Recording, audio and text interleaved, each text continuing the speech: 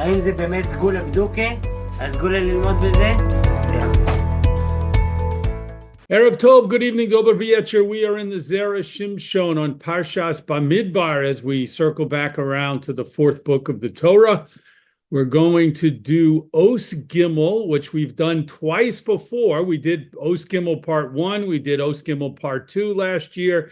Now we're up to Os Gimel part 3, the final section of this part of this drush number 3. Take a look on the page in front of you. If you have the pages in front of you, this is Daf Kuf Ayin Gimel, part 3 of section 3. Before we begin, I want to read a couple. We're going to read a couple of psukim from the last pasuk in Vayikra and the first pasuk in Bamidbar, our parsha, because these psukim are in the Medrash Rabbah are talked about in the Medrash Rabbah that the Zera Shimshon starts this whole piece with. So let's read those psukim. End of Vayikra, the pasuk says, this is Perek Chaf Zayin pasuk Lamed Daled. Eila hamitzvos asher tzivo Hashem es Moshe. These are the commandments that Hashem commanded to Moshe, El Bnei Yisrael, to Bnei Yisrael, Behar Sinai, on Har Sinai, or at Har Sinai. So that's how the book of Vayikra ends. And then the book of Bamidbar begins as follows. This is Perek Aleph, Pasuk Aleph. Vayedaber Hashem el Moshe b'midbar Sinai be'ohel moed. And Hashem spoke to Moshe in Midbar Sinai and in the Ohel Moed, be'echad lachodesh hasheni, and at the first of the second month, bashana hashenis, in the second year, l'tzeisam me'eretz Mitzrayim, to their going out from the land of Egypt, lemor, saying, next pasuk, se'u es rosh kol adas b'nei Yisrael l'mishpachosam. Take a census of all of the people of Bnei Yisrael according to their families, leveis avosam, according to the houses of their fathers, b'mispar shemos, according to the number of the names. That meaning they didn't just count the people anonymously. People gave their names and they listed the names. Kol zachar legulgulosam, and the census should include all males according to their count, so their head count. So Vayikra ends with a pasuk that talks about Hashem giving the Torah and the mitzvos on Har Sinai, and Bamidbar begins by saying in Midbar Sinai, Hashem gave Moshe a command to count the people, leveis avos, lemishpachosam leveis avosam, according to their families and their fathers' households. So the medrash that the Zera Shimshon brings down to begin this piece, section 3, says that that's very, very significant, because the reason the Jewish people were given the Torah on Har Sinai, were chosen to receive the Torah on Har Sinai, is connected to their yichus, their lineage. And so the last pasuk in Vayikra, connecting to the first pasuk in Bamidbar, teaches us this. We end Vayikra talking about the mitzvos given on Har Sinai, and we begin Bamidbar with the people being counted, the command to count the people according to their families and their lineage, and writing down their names and showing their yichus, their family lineage and connections. And so those things are very connected. And the Medrash and the Zera Shimshon develops that idea that the non-Jewish, the nations of the world, complained, and they said to Hashem, why'd you give the Torah to the Jews? Not only did you give it to them, you forced them to accept it. If you would have forced us to accept it, we would have also been forced to accept it, but then at least we'd have the Torah, and that would have been a good thing for us. It's not fair. Why'd you force them, but you didn't force us? So according to the Medrash, Hashem answered the nations of the world and said, bring me your Sifrei Yuchsin, bring me your books of lineage that show your purity of lineage and your families and how everything is being documented and handled the correct way. The Jewish people can do that. As we see at the beginning of our Parsha Bamidbar, that's what they did. And that's why they merited to receive the Torah at Har Sinai. So this idea of lineage and purity of lineage and is extremely, extremely significant. So those ideas and related ideas are discussed throughout this piece. And now we get to the final and concluding part of Drush Gimel, section number 3. Va'adayin yesh ledaktek, and still we need to analyze. Mehecha nafka le lahamedrash drasha zo. From where did the medrash, that's the medrash I was just summarizing, how did it come up with this drasha? Mi pasuk hazeh, from this pasuk, this samech aleh, that it is relying on this pasuk to make the drasha, meaning at the end of Vayikra, yes, it talks about the mitzvos given on Har Sinai. At the beginning of Bamidbar, there's our pasuk, our 2 psukim talk about the command to count the people.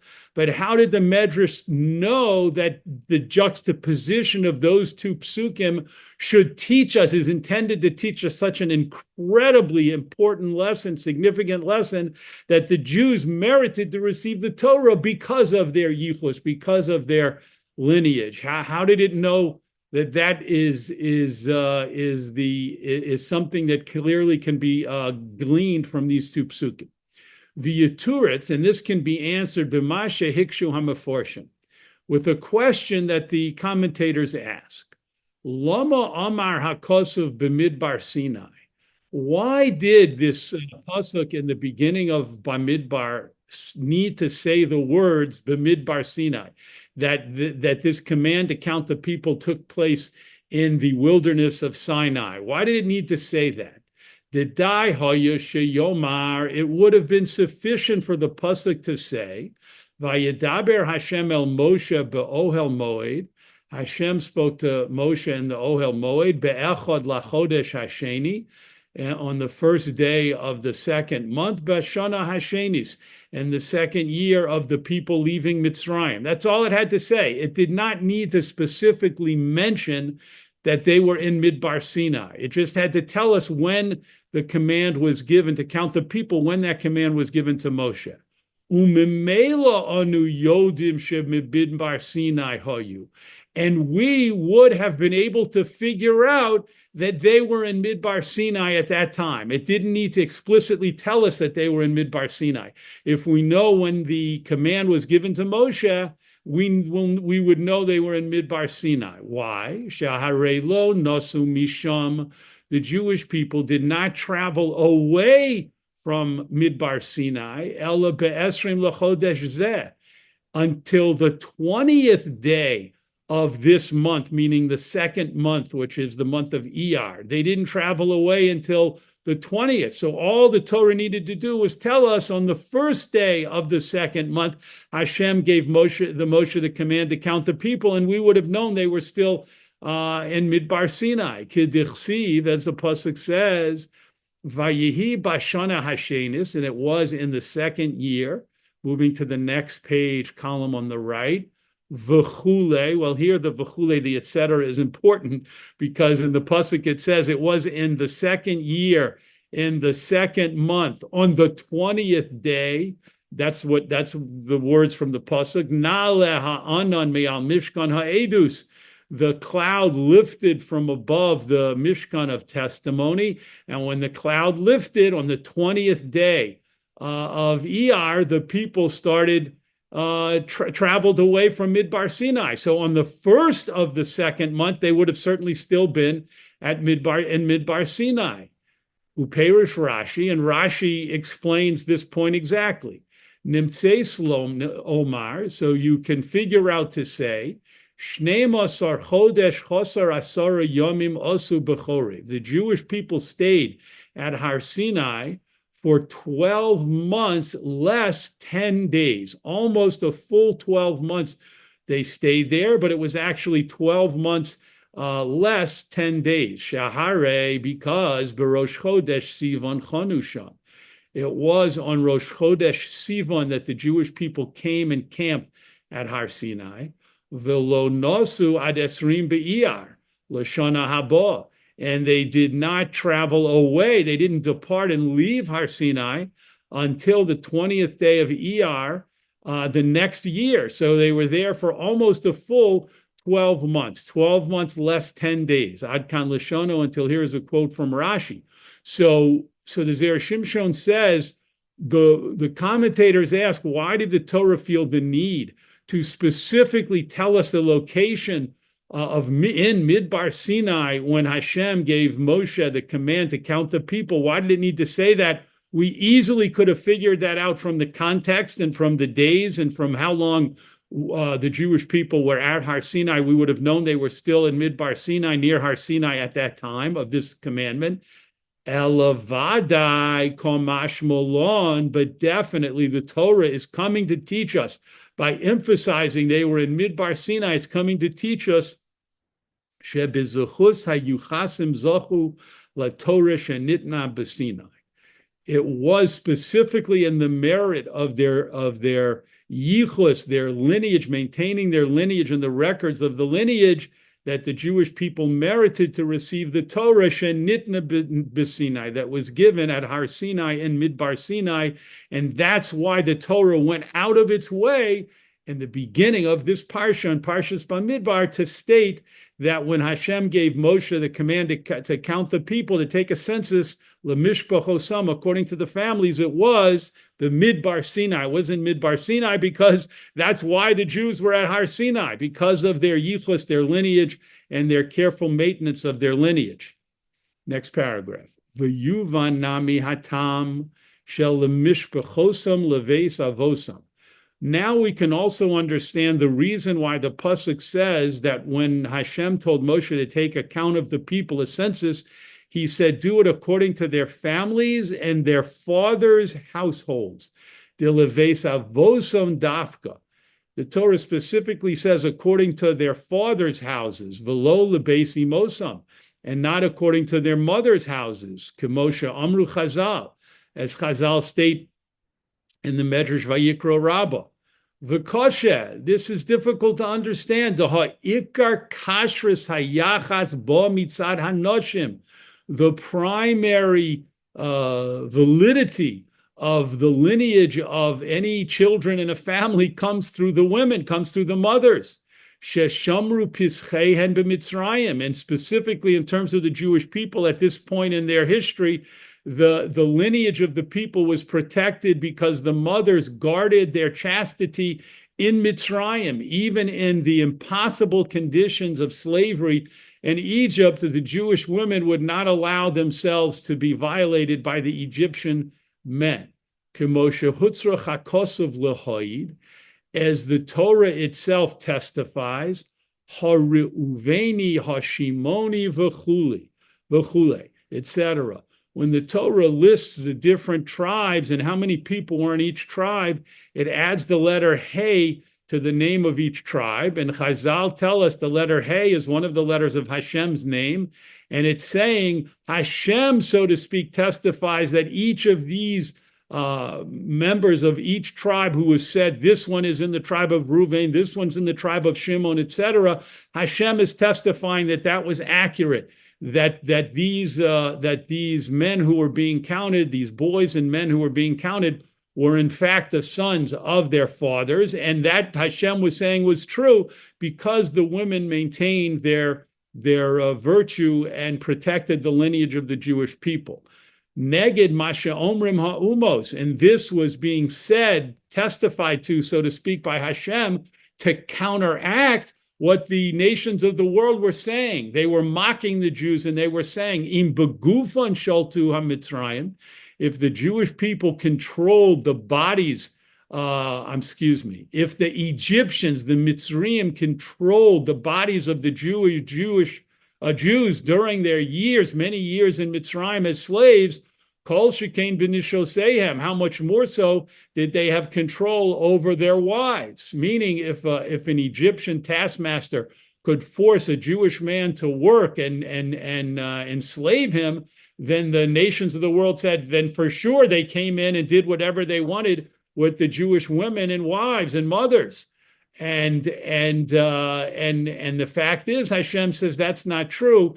The lineage, the purity of the lineage in Mitzrayim was maintained because of the women fighting for their virtue to be protected. So therefore, Volama Nidchu Anoshim. If that's the case, Zera Shimshon says, why in the pasuk does it say take this census according leveis avosam, according to the houses of the fathers? List each person's name who is counted as the son of the father, and it doesn't list the mother. Why were the mothers, so to speak, put aside? Next paragraph.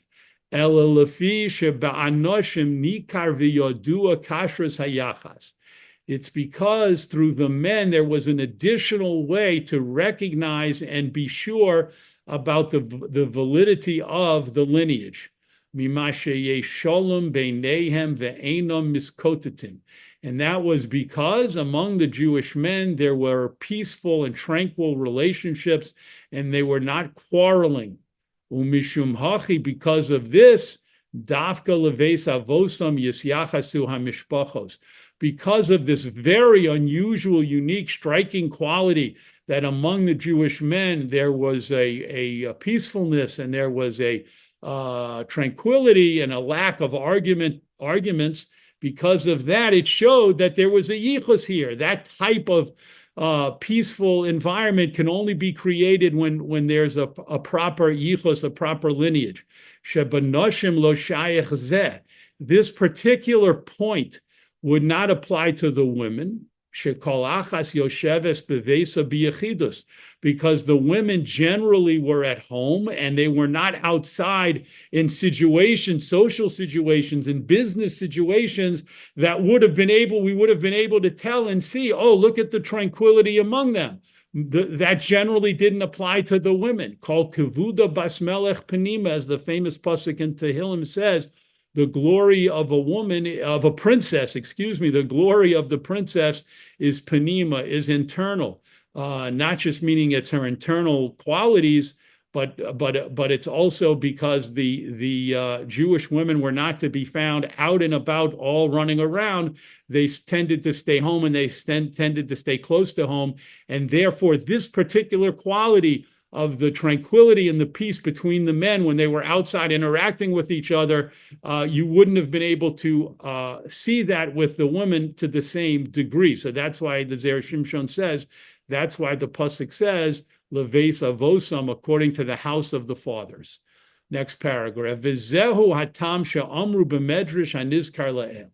This is also the reason why the medrash, which was mentioned previously, says, Shebeshas matan Torah, at the time of the giving of the Torah, Shera'u Yisrael HaMalachim, the Jewish people saw the Malachim at that time, Shehayu Osim Digolim, and they saw that the Malachim had banners. The Malachim were divided up into different groups, and each group had its own banner, its own flag. Nisavu L'Digolim, so Chazal teach us that they desired to have their own. The Jewish people said, we also want our own banners, and we want to be divided up into our own groups. HaKadosh Baruch Hu amar leMoshe, so Hashem said to Moshe, Lech v'aseo sam degolim, go and divide them up and give them their own degolim, their own banners and their own flags, v'chule, etc. V'ayin sham, see there. That's a reference to Bamidbar Rabbah, the Medrash. Shahare Ksiv, because the pasuk says, "V'gam kol ha'am hazeh al makomo yavo b'shalom." All of this nation will come to its place in peace, and the emphasis here is on the fact that it says that each one will come to his place in peace.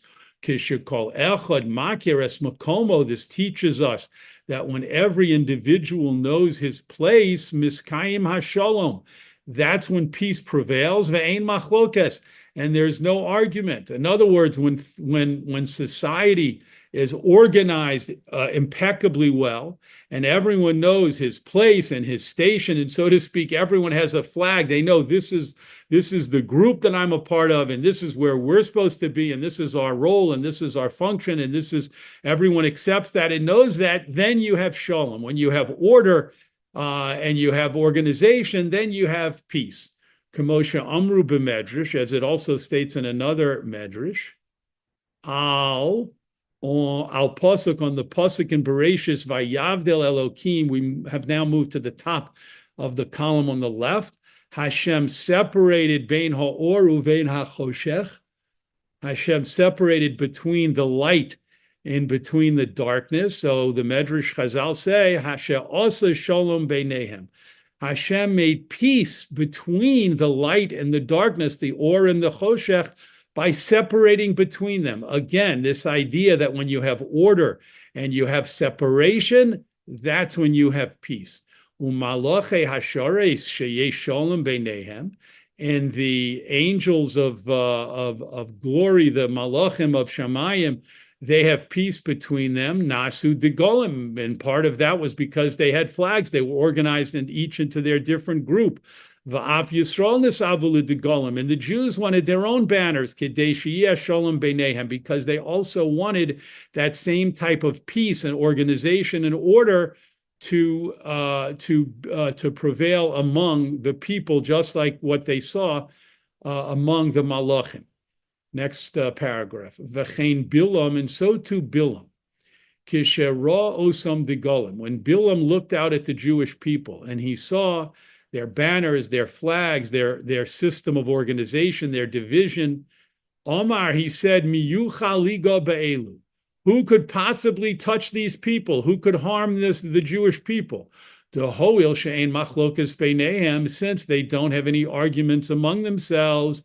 She'asuyim degolim muvdolim kol echad lefi makomo, and that's symbolized by the fact that they each have their own banner and flag separate, and everyone knows their place to be. Ein dover ra pogea b'hem, nothing bad can possibly happen to them. Ki shoresh hasoton hu me'irbuv, the root of the power of the Satan is confusion. When you have confusion and disorder, and you don't have order, and you don't have proper organization, that's when the Satan has power, and all kinds of bad things result from that. V'hashalom, but when you have order and you have the peace that comes from it, hu kli machzik bracha, that is a vessel that holds blessing, peace, as Chazal say, and you see the quote in parentheses. This comes from a Mishnah in Uktzin.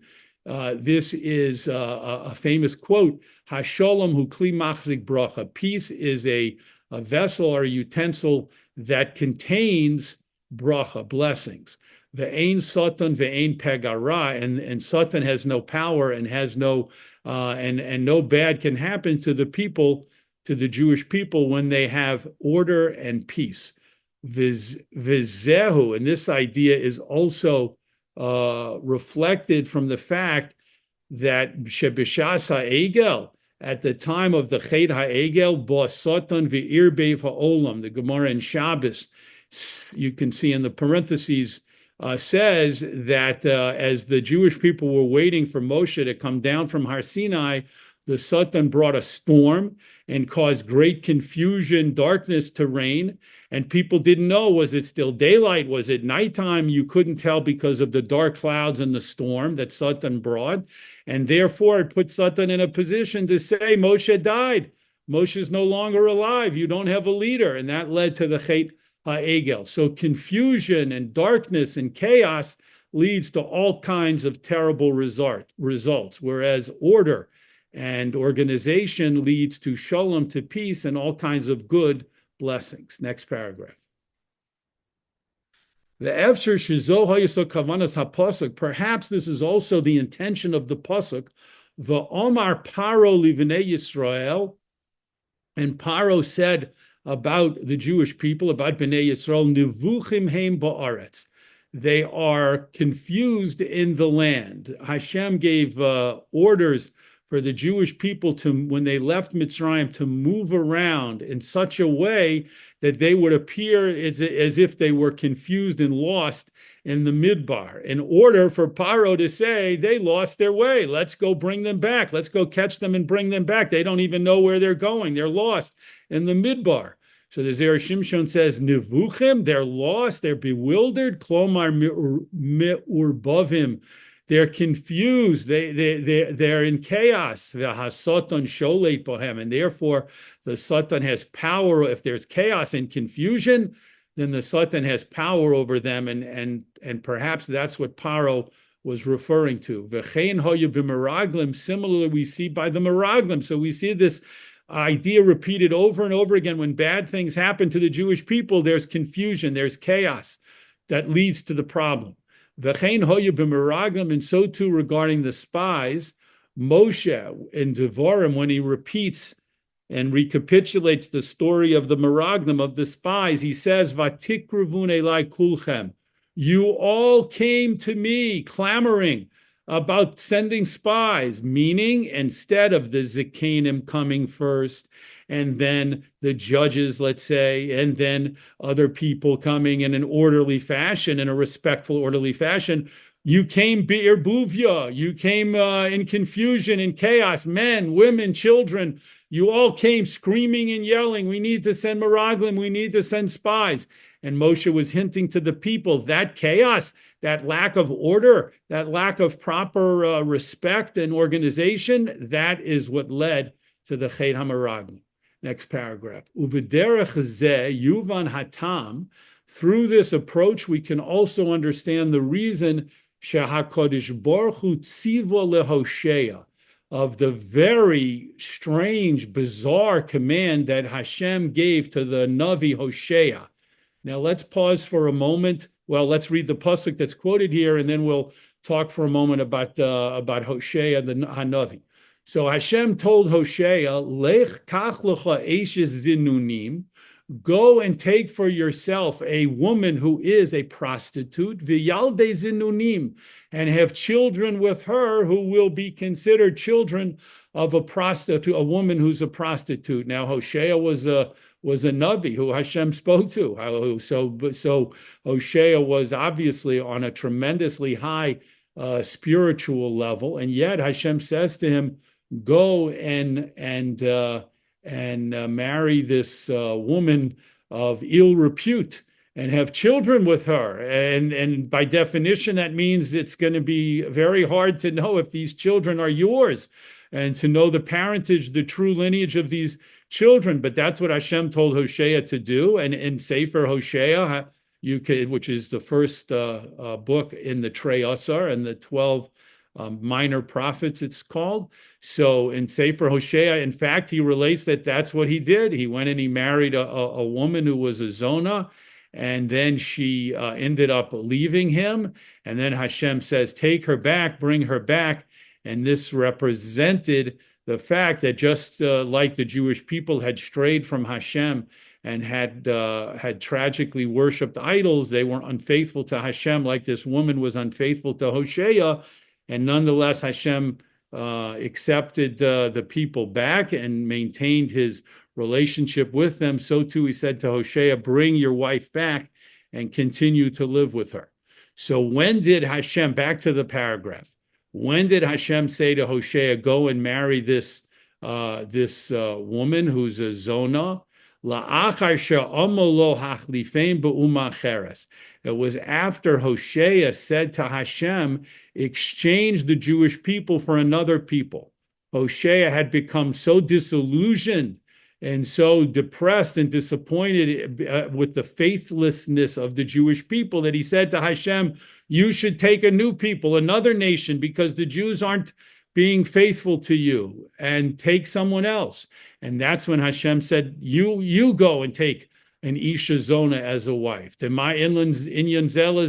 was the connection between the two things? What Hosea said to Hashem and what Hashem said to Hosea.